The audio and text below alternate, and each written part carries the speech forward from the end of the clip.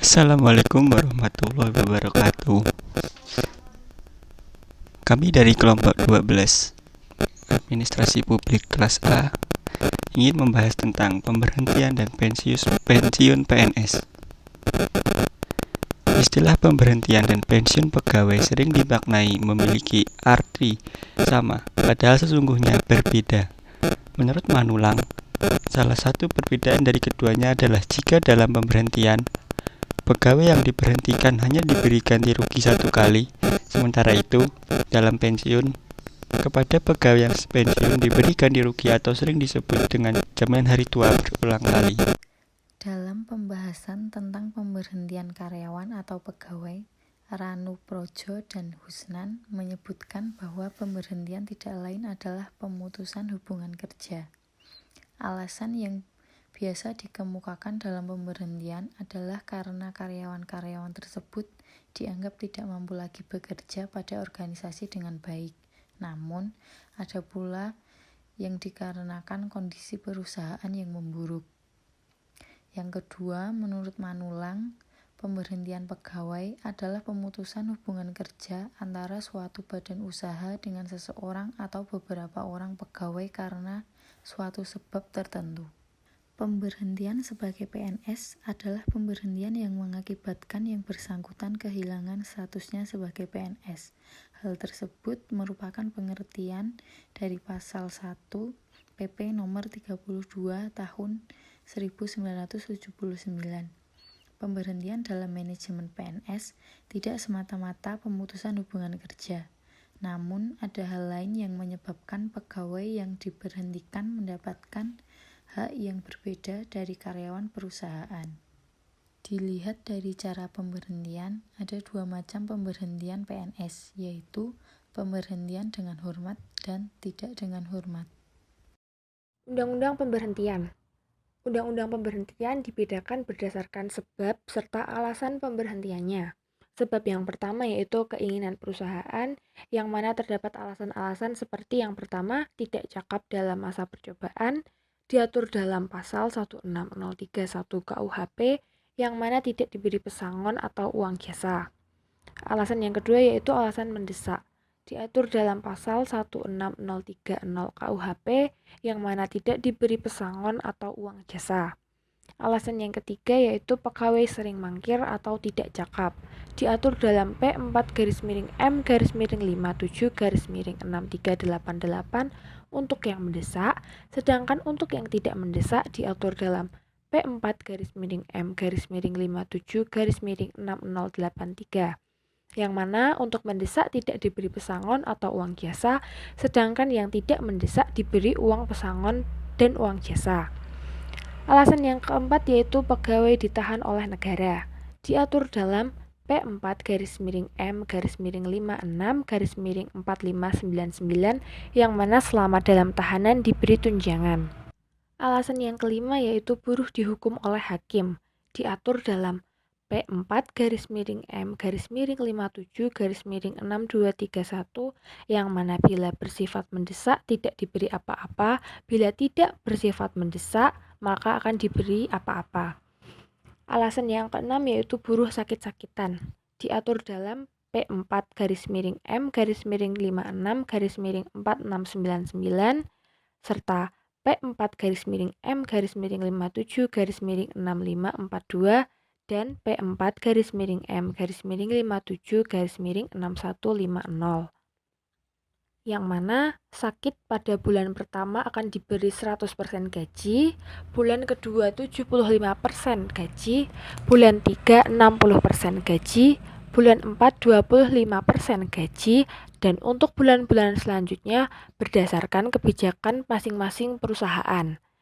Alasan yang ketujuh yaitu buruh berusia lanjut, diatur dalam peraturan pensiun perusahaan.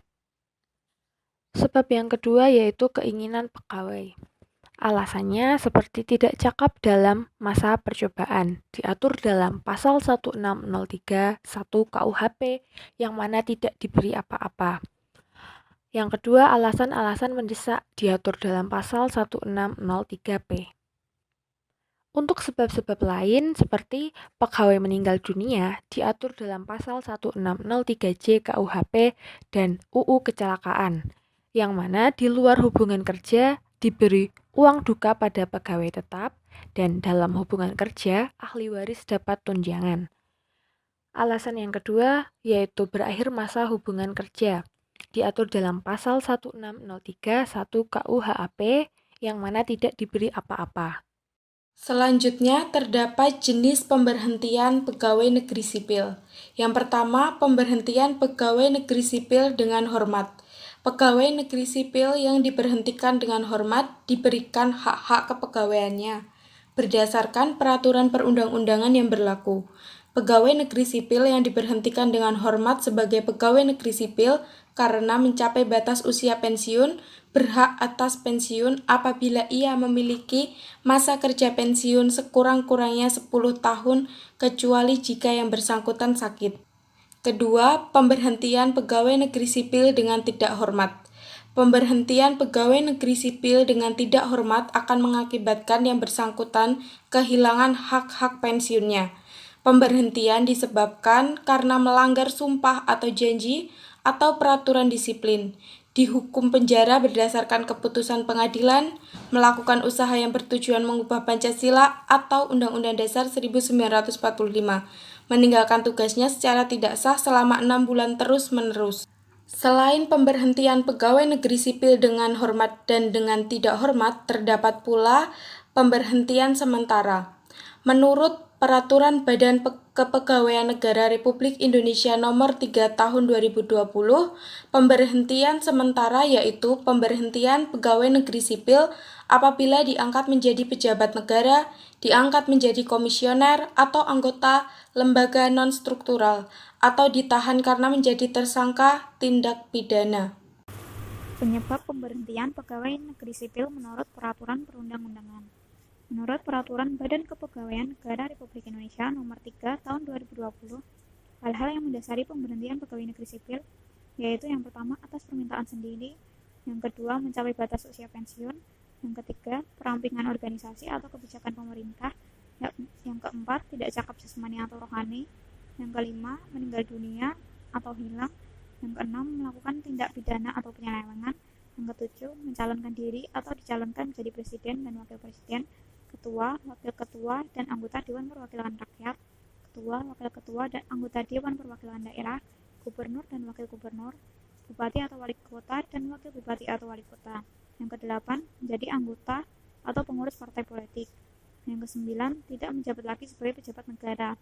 Yang 10, hal-hal lain yang mendasari pemberhentian pegawai negeri sipil, yaitu tidak melaporkan diri setelah selesai cuti di luar tanggungan negara atau pemberhentian karena setelah selesai menjalani cuti di luar tanggungan negara dalam waktu 1 tahun tidak dapat disalurkan, menggunakan ijazah palsu, tidak melaporkan diri setelah selesai tugas belajar, tidak menjabat lagi sebagai komisioner atau anggota lembaga non-struktural, tidak dapat memperbaiki kinerja sesuai dengan ketentuan peraturan perundang-undangan.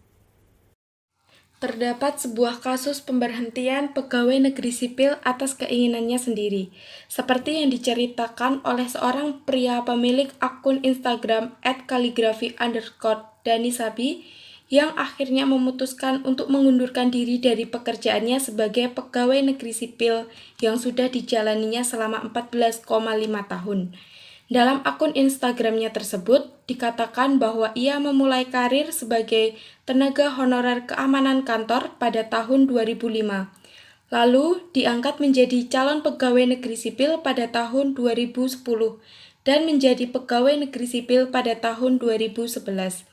Setelah melalui perjalanan yang panjang, akhirnya pada akhir tahun 2015 sampai Juni 2019, ia ditugaskan sebagai staf bagian keuangan yang bertugas untuk menyusun perencanaan anggaran dari staf biasa hingga menjadi ketua tim admin perencanaan anggaran.